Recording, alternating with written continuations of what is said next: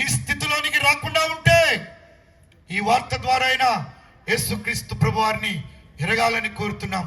చెరలో నుండి అనగా పాపముల నుండి, బంధకముల నుండి విడుదల, దుఃఖము నుండి సంతోషం, అవమానము నుండి నీకు ఘనత, అంతేకాదు బలహీనతలో నుండి బలం ఇవ్వాలని పిలుస్తున్నారు. ఎలాంటి బలహీనత నీకు ఉంచబడిందో, రహస్యమైన బలహీనత ఏమో, రహస్యమైన పాపమేమో, చెప్పుకోలేని సమస్య ఏమో, దీని నుండి విడుదల పొందాలని ఎన్నెన్నో కార్యకలాపాలు చేస్తున్నావు, కానీ నీ వల్ల కావట్లే, నీకు శక్తి చాలట్లే.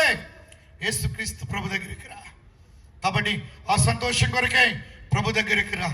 కాబట్టి ఈ రాత్రి వస్తే ఆయన మిక్కిలి గొప్ప దేవుడు, శక్తి గల దేవుడు, క్షమమిచ్చే దేవుడు, కాబట్టి నేను ఆదుకునే దేవుడు. ఈ సంతోషం, ఈ ఆనందం, లేదా ఈ పరలోకపు